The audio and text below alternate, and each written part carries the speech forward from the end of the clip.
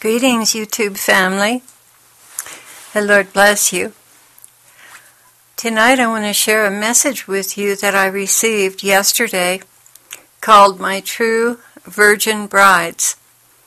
And before I read this to you, I just want to explain that there are some Christians who are called into a very deep and quiet place in the Lord.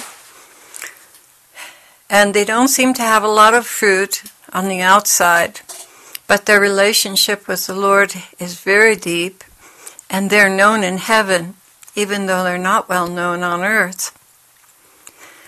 And the Lord has been trying to pry me away from the world and calling me to this for quite some time now.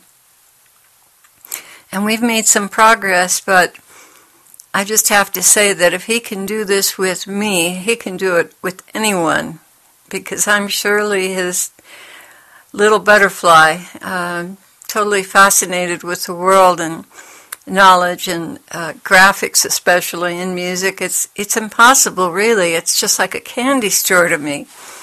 And prying me away from all those curiosities has been really a major achievement for the Lord. Thank God He's into major achievements, because I sure needed one. Okay, so here's the message, and it's about the true virgin brides. Jesus began, "I have some brides who are called into my chamber, whose ministry is one of comfort, wholeness, and peace. These are those I have called out of the world and its daily drama. These are those to whom I go when my heart is heavy, when I can no longer bear the burden of seeing this world's sins. I long for a garden of peace and accord, where I may rest my weary head and repose. These golden vessels unto honor have a very special and singular job, to accompany me in such a way that I am consoled by my own creation. These souls are not to get caught up in the continuing dramas of this sinful world. Rather, they are called out ones to minister to me alone. Just as the virgins of Solomon's temple were called to serve, I do not take lightly to them peeking behind the veils of purity I have provided as a sanctuary for my heart. When they do this, they pick up contamination, which later grieves my heart as I come into their garden to repose in the beauty and purity of my creation. That is why it is written, 'Blessed are the pure, for they shall see God.'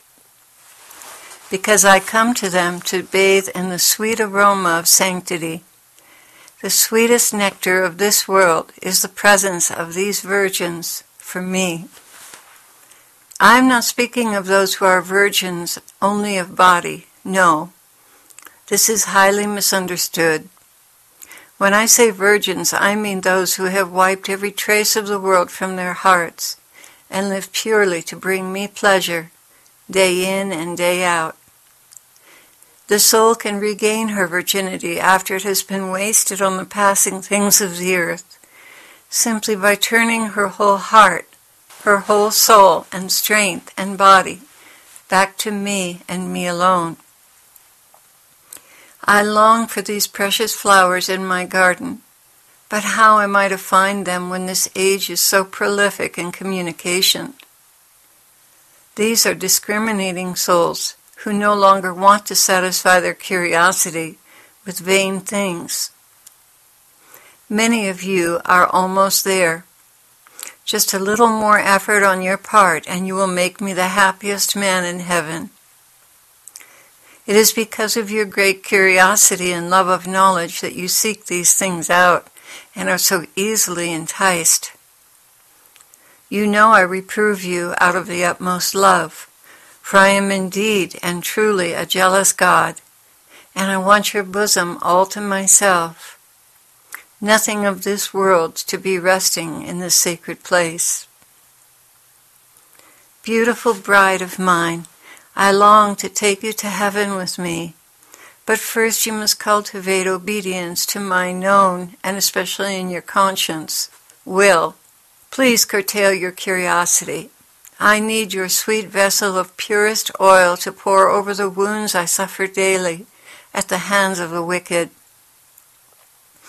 I need this place that you yourself have cultivated for me and me alone. And then I answered him, I said, "Oh Lord, you know this is impossible for me. Truly it is. Only you can do this. I hunger to know what's going on in the world. Please put a stop to this. I don't want it.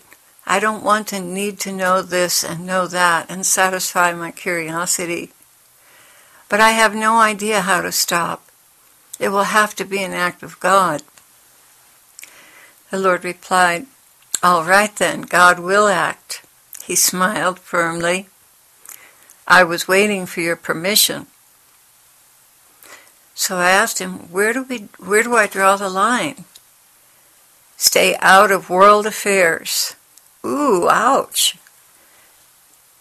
Then he continued, "Stay out because all day I deal with this, and when I come home to my spouse, I want an uncontaminated place to lay my head.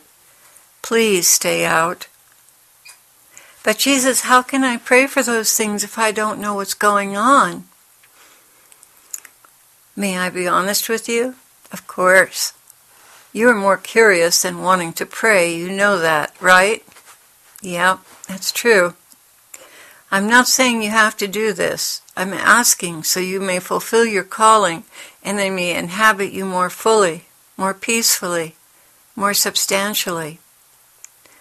Oh Lord, this is going to take a lot of work. I'm up for the task. And then he continued, "There will be times when there is something you need to know. I will either point it out in prayer or lead you to it. But other than that, searching and searching is not my will for you, my bride." Have I really been doing that, Lord? A little. And you stop because you feel my displeasure. Wow, your displeasure. That really registers. It's not just conviction, but you are displeased. That surely brings it down to a more intimate and accountable level for me. Yes, that is what you're feeling. My grief. The cleaner, fresher, and purer my garden, the more repose I can take on your bosom. It's an inverse law. The more you get involved in the world, the less comfort you bring to my heart. This is why many in convents have such sweet, sweet spirits. They have put aside their fascination with the world in favor of meditating on me and my perfections and glories. You can do this, even just at your home. You can accomplish the very same things with a little determination and a lot of help from me. Okay, Lord, I will put forth the effort, but I feel like the son saying, "Yes, I'll go out to work in the fields." I know what you feel like. Your heart is divided. But at least I have your permission, consent, and agreement of will. That other thing you feel is a demonic compulsion. I will rid you of that if you will cooperate with me. Lord, I'm not ready to promise that I can. He sighed. It is for me, beloved, for me. I need your pure heart, and your ministry may move forward as you are more pure and obedient. I don't want to do this out of selfish motives. I understand. Maybe you should go back and soak in the slime until you're sick of it. That's attractive. Oh, my bride, he threw his hands up in the air. Patience. This will take great patience. Well, yes, I know part of it is a real attraction to catch the latest news, to see more signs of your coming. But I also know that when I really feed on world news, after a while it gets very old. The same stuff over and over and over again, drama after drama after drama, even from the really good sources. Lord, I don't want to hurt or disappoint you. Well, let's leave it at that. Okay, I'm sorry. Then he said, show me that you're sorry. I want to see your demonstration of faith and obedience. You do want to warm my heart, don't you? Is it not enough that I must be present at these horrific events? Can you not make a clean and peaceful space in your mind just for me? Someplace far away from the ugliness of sinful men? Can't you do this much for me, my bride? Yes, I can. With your grace, I believe I can. I'm at your mercy, Lord, and totally from the heart at your service. And that was the end of his message. God bless you, YouTube family. I hope this ministers to some of you brides who are called into the wedding chamber to keep him company and comfort him. This is a great, great ministry before God and the angels and saints in heaven. It has really no reward on this earth. The total reward is in comforting him. The Lord bless you all.